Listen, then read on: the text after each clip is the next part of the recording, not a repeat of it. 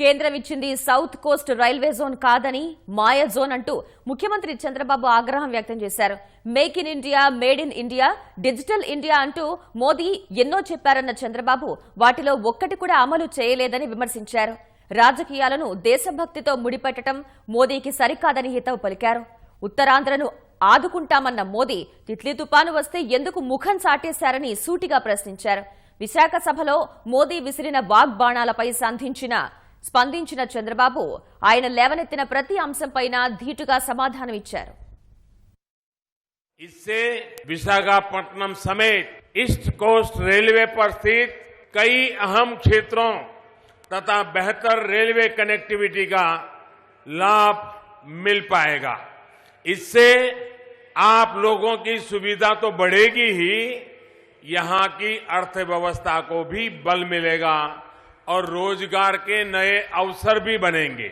ये फैसला केंद्र की एनडीए सरकार के आंध्र प्रदेश के विकास के प्रति कमिटमेंट को साफ साफ दिखाता है. 7,000 కోట్ల రూపాయల ఆదాయాన్ని రాయగడ్డకు మీరు పెట్టి అది వేరే జోన్కి తీసుకెళ్లి ఈ జోన్కు డబ్బులు లేకుండా మా ఆదాయాన్ని కూడా వేరే ప్రాంతానికి తీసుకుపోయి మాయా జోన్ మీరు ఇచ్చారంటే ఆ మాయా జోన్ మా భవిష్యత్తుకు పనిచేస్తుందని మీరు చెప్తే మేము నమ్మడానికి సిద్ధంగా ఉన్నామని మిమ్మల్ని అడుగుతున్నాను. వాల్తేరుకు డివిజన్ కూడా లేకుండా వాల్తేరు జోన్ వచ్చింది తమ్ముళ్ళు, అది గొప్ప విషయం. నరేంద్ర మోడీ గారి మాయాజాలం పీయూష్ కథలు మాట్లాడుతున్నారు. लेकिन ये भी देश का दुर्भाग्य है, ऐसे समय में जब पूरी दुनिया पाकिस्तान से जवाब मांग रही है, तब हिंदुस्तान के कुछ लोग ऐसे बयान दे रहे हैं जो देश के सुरक्षा बलों का मनोबल कमजोर करते हैं. ऐसे लोगों को आत्मचिंतन करना चाहिए कि वो ऐसा क्या बोल रहे हैं जिसके कारण पाकिस्तान की पार्लियामेंट में उनकी तारीफ की जा रही है. उनका नाम लेकर भारत पर निशाना साधा जा रहा है. మొన్న సౌదీ అరేబియా క్రౌన్ ప్రిన్స్ వస్తే ఎయిర్పోర్ట్ కి వెళ్లి రిసీవ్ చేసుకున్నారు ప్రధానమంత్రి గారు.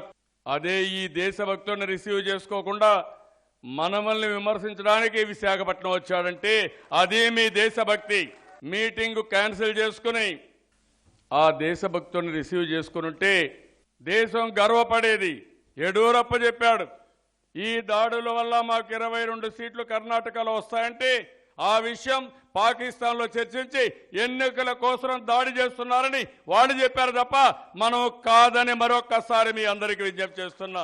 जो अपने राजनीतिक वजूद को बचाने के लिए, अपने भ्रष्ट आचरण को छुपाने के लिए दिन रात आंध्र की जनता के सामने लगातार झूठ पे झूठ बोल रहे.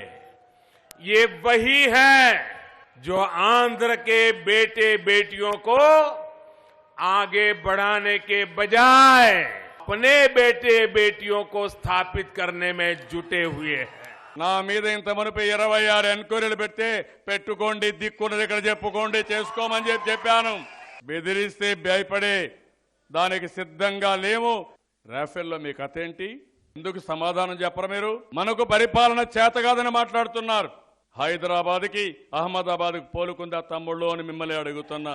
మన అభివృద్ధి గురించి మాట్లాడుతున్నాడు, మనం ఏమీ చేయలేదని. 700 అవార్డులు మీరే ఇచ్చారు, నిన్న కూడా అవార్డులు ఇచ్చారు మీరు. మీకు ధైర్యం ఉంటే చెప్పండి ఈ అవార్డులన్నీ తప్పుడు అవార్డులు ఆంధ్రప్రదేశ్కి ఇచ్చామని. నరేంద్ర మోడీ ఏమీ చేయడు, మనలోకి తిడతాడు. ఒకవేళ ఆయన దొరికితే నన్ను కొడతాడేమో నాకు తెలియదు. కుటుంబ పాలన అంట, కుటుంబ పాలన గురించి నీకేం తెలుసు అంటున్నా. అసలు కుటుంబం ఉంటే కదా ఈయనకు సమర్థత ఉంటే వస్తారు తప్ప ఒక లాయర్ కావచ్చు, ఒక డాక్టర్ కావచ్చు, ఒక యాక్టర్ కావచ్చు, ఒక పాలిటిషియన్ కావచ్చు, ఎవరైనా సరే. कुछ समय यू टर्न लेने में माहिर यहां के नेता ने पूरी ईमानदारी के साथ आपको दिया वचन निभाया होता तो आज उनको मोदी के ऊपर अपनी नाकामी का ठीकरा फोड़ने की आवश्यकता नहीं पड़ती. పోలవరానికే 4,150 కోట్లు ఇప్పుడు డబ్బులు ఇవ్వాలి. రాజధాని గురించి మాట్లాడలేదు, బ్యాక్వర్డ్ ఏరియా గురించి మాట్లాడలేదు, లోటు బడ్జెట్ గురించి మాట్లాడలేదు. నేను అడుగుతున్నా, ఇవన్నీ మీకు కనపడలేదని అడుగుతున్నా. ఈ ప్రాంత అభివృద్ధికి నేను ఎట్టో ఉపయోగపడతానో అందరినీ ఆలోచించమంటాడు. ఈ ప్రాంతానికి ఏం చేశానో ఈ రాష్ట్రంలో ఉండే చిన్న కుర్రవాడిని అడిగిన చెప్తారు నరేంద్ర మోడీ గారు. పోయి మీకు ఓపిక ఉంటే అడగండి, మీ ఇంటెలిజెన్స్ ద్వారా తెప్పించుకోండి. నేను చెప్పాల్సిన అవసరం లేదు.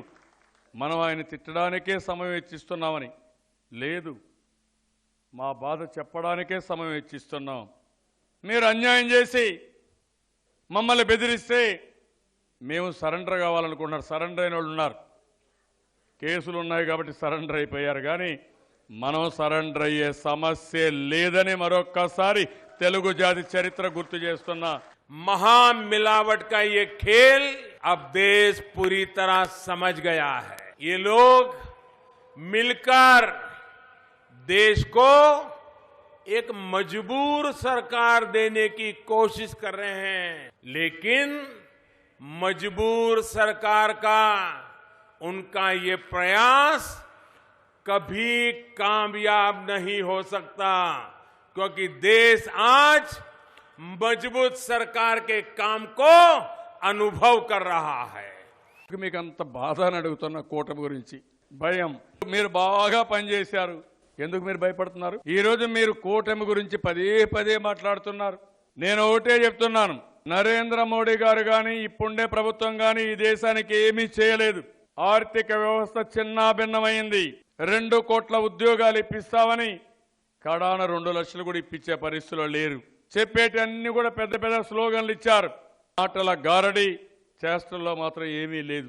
ప్రధానమంత్రి ఎంత బలంగా ఉంటాడో కాదు, ప్రధానమంత్రి తీసుకునే నిర్ణయాలు ఎంత బలమైన నిర్ణయాలు తీసుకుంటారు, ఎంత ప్రజలకు ప్రయోగంగా ఉంటుందో అది ఆలోచించాల్సిన అవసరం ఉంది.